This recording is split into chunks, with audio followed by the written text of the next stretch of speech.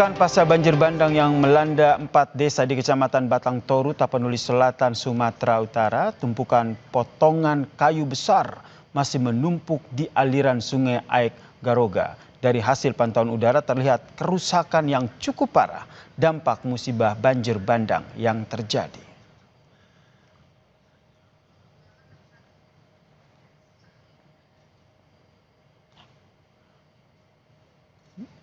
Dan saudara, beginilah kondisi lokasi banjir bandang yang terjadi di 4 desa di Kecamatan Batang Toru, Kabupaten Tapanuli Selatan, Sumatera Utara. Pantauan udara pada Selasa siang ini saudara menunjukkan kerusakan permukiman warga yang cukup parah, terutama yang berdekatan dengan Sungai Aek Garoga. Selain rumah warga yang terdampak, ada juga kayu-kayu gelondongan yang juga masih terlihat tertumpuk di sepanjang aliran sungai Aek Garoga dan juga Sungai Batang Toru. Tumpukan-tumpukan kayu gelondongan ini saudara merupakan material yang terbawa arus banjir bandang yang terjadi pada Selasa lalu. Diduga kayu-kayu ini memperparah kerusakan yang terjadi.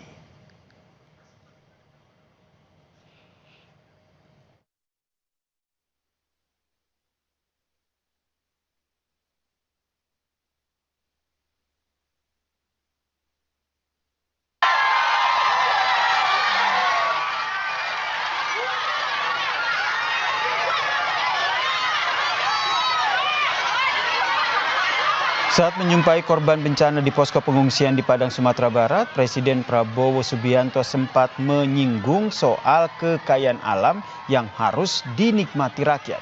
Pemerintah pusat harus mengelola uang rakyat tanpa ada kebocoran.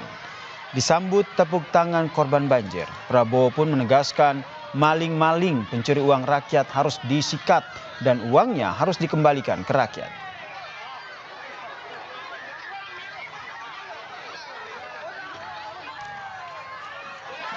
Yang penting harus mengelola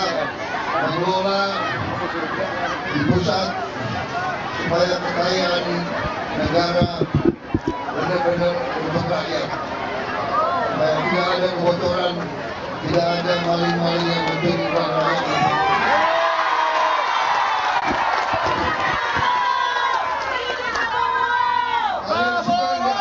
Kalian suka nggak kalau saya sikat ini maling-maling semua?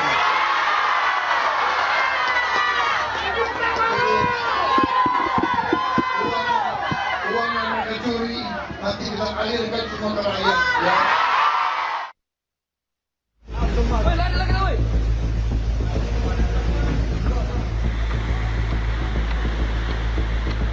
Ya Allah, astagfirullah ya Allah.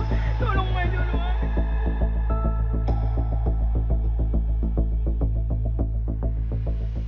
Banjir dan longsor yang melanda Aceh, Sumatera Utara, dan Sumatera Barat diduga disebabkan oleh aktivitas pembalakan liar, terutama di salah satu lokasi yang cukup parah, di Tapanuli Selatan, Sumatera Utara.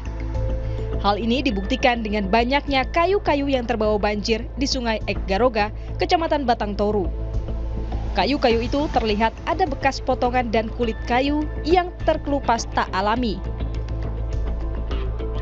Bupati Tapanuli Selatan, Gus Irawan Pasaribu menyerahkan investigasi terkait keberadaan kayu gelondongan itu pada pemerintah pusat. Terkait temuan kayu ini, apakah pihak pemerintah akan melakukan investigasi sumbernya dari mana, Pak? Sumber biar saya kira di pemerintah pusat yang kita fokus untuk pemulihan, Pak. Oke, Bapak. Dari kayu gelondongan yang terbawa banjir bandang menerjang 4 desa di Kecamatan Batang Toru, Tapanuli Selatan, Sumatera Utara. Itu memperkuat kecurigaan warga soal aktivitas pembukaan lahan oleh perusahaan sawit di hulu sungai.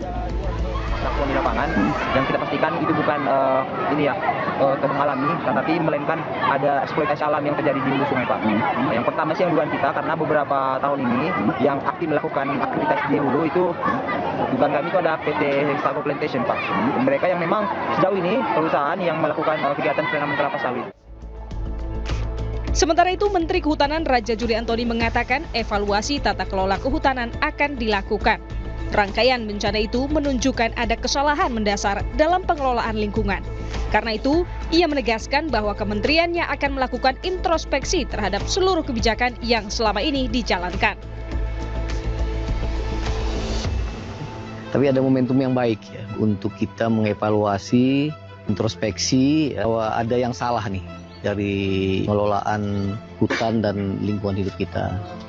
Dan alhamdulillah kita senang sekali Pak Presiden Prabowo Subianto juga dalam pidatonya kemarin mengatakan bahwa penebangan hutan yang liar, ya, yang tidak terkontrol, ini adalah merupakan salah satu kontribusi terhadap bencana-bencana yang terjadi.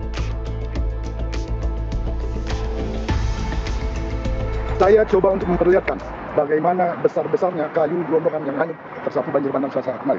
Seperti inilah, kalau kita ukur, ini mungkin berdiameter kurang lebih 1 meter. Bayangkan saja ketika kayu-kayu ini hanyut terbawa banjir. Inilah yang menyapu pemukiman warga di desa ini.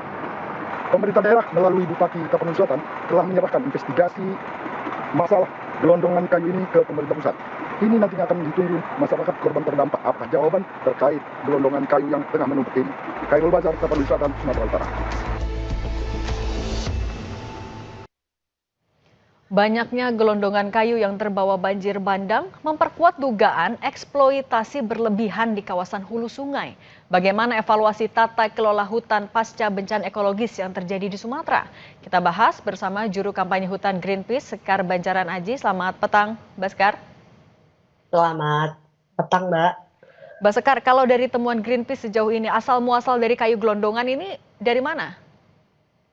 Ya, jadi kalau dari temuan Greenpeace, ini kita fokus ke Batang Toru ya, karena tadi visualnya dan informasinya terkait dengan Batang Toru.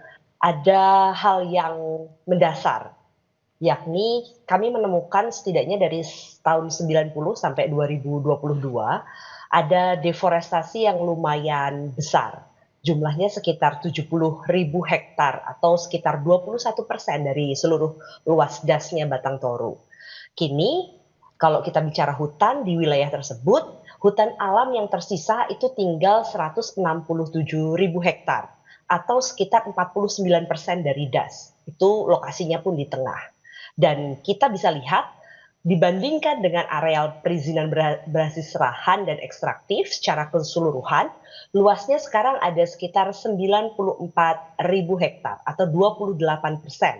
Sebagian besar adalah perizinan berusaha pemanfaatan kawasan hutan dan juga pertambangan serta perkebunan kelapa sawit. Tadi udah disebutkan salah satunya perkebunan kelapa sawit.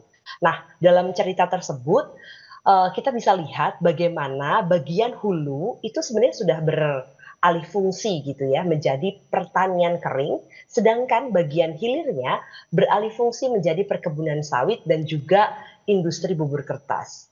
Jadi benar-benar hutan alamnya tuh tinggal tersisa di tengah di bagian das tersebut. Mbak Sekar, Jadi, tapi untuk deforestasi yang terjadi di bagian hulu itu seluruhnya sebenarnya dari perusahaan yang berizin atau ada juga yang ilegal? Nah, ini yang sebenarnya kita pertanyakan ke pemerintah, karena data ini harusnya diketahui pemerintah ya Mbak ya, karena yang berhak melakukan monitoring dan evaluasi secara resmi itu pemerintah. Kalau dari apa yang kita lihat visual, tentu saja kita udah bisa melihat bahwa itu ada deforestasi dan ada sebuah upaya untuk menghancurkan hutan. Nah, kita udah punya data nih, perusahaan yang resmi. Nah, sekarang kita lihat perusahaan yang nggak resmi. Kalau data kami zoom in sedikit ya, misalnya Mbak di sawit. Sawit itu kalau data dari izinnya itu cuma 19.500 hektar. Tapi visual sawitnya Mbak di itu sekarang sudah 25.000 hektar. Berarti bisa kita lihat tuh ada yang anomali di situ. Nah, kelebihan sawit itu dari mana? Itu ilegal atau legal? Nah, sebenarnya ini yang menjadi pertanyaan sekarang dan jadi ruang buat pemerintah menjawab itu. Mbak Sekar, untuk ekspansi untuk deforestasi itu mulai masif di tahun berapa sampai berapa? Kami mencatat sebenarnya mulai dari 90-an udah mulai, Mbak. Jadi tadi ya 70.000 hektar tuh sebenarnya kita catatnya mulai masif tuh sejak tahun 90-an. Jadi sebenarnya ini pelan tapi pasti gitu ya, hilangnya hutan di area Das Batang Toru itu. Nah, ketika sudah terjadi dari tahun 90-an, Greenpeace melihat penegakan hukum dari pemerintah sudah cukup seriuskah? Belum. Kita selama ini selalu minta sama pemerintah untuk melakukan evaluasi perizinan besar-besaran. Dan sampai hari ini itu juga yang kami tagih ke pemerintah. Karena hingga hari ini sampai terjadinya bencana yang luar biasa dahsyat yang sebenarnya kita semua nggak mau kan, Mbak. Ini sebenarnya akarnya kenapa sih? Karena tata kelola hutan kita yang kurang baik. Dan dalam konteks kurang baik itu yang harus dilakukan seharusnya ya stop dulu, evaluasi dulu, dan yang paling penting di sini, pemerintah pun tahu ini, yang bagian rusak harus segera dipulihkan. Karena dampaknya jelas akan menjadi bencana kalau nggak segera dipulihkan. Kalau kondisinya sudah seperti ini, untuk reboisasinya lagi, akan butuh waktu berapa lama sebenarnya Mbak Sekar? Wah, butuh puluhan tahun sepertinya, Mbak. Dan bahkan nggak ada catatan ya, yang bisa menjamin bahwa seluruh ekosistem akan kembali seperti semula. Kan ini sebenarnya nggak cuma sekedar hutan kan Mbak yang hilang, tapi juga ada kondisi lanskap tanah gitu ya, karena ini berkurang juga karena erosi. Habis itu ada biota, ada ekosistem di sana, ada flora fauna yang sebenarnya mungkin nggak bisa kita temui lagi. Dan ini belum juga dikalkulasi sebagai kerugian di situ. Kalau untuk di wilayah utara Sumatera, kerusakannya terkonsentrasi di wilayah mana yang paling luar biasa?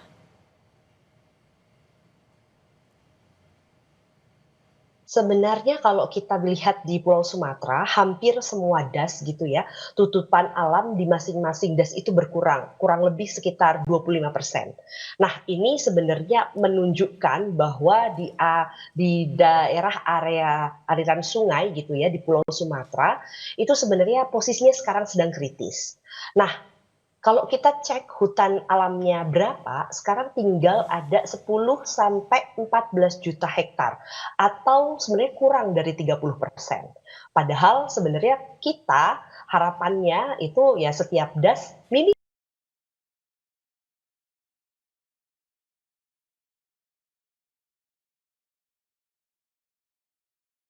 ada 30% hutan yang tersisa. Tapi sekarang kondisinya di Sumatera udah kurang dari itu.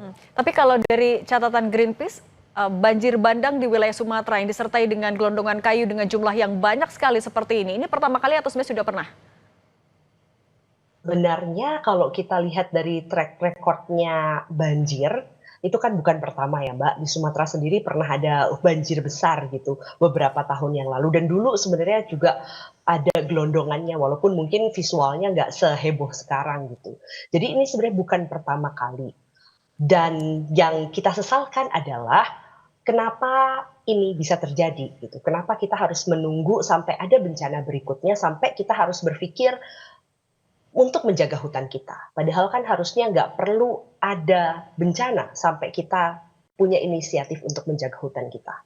Oke, investigasi dan penegakan hukum yang jelas dari pemerintah itu yang dinanti sama-sama. Mbak Sekar Banjaran Aji, juru kampanye hutan Greenpeace, terima kasih sudah berbagi bersama kami. Sehat selalu Mbak Sekar.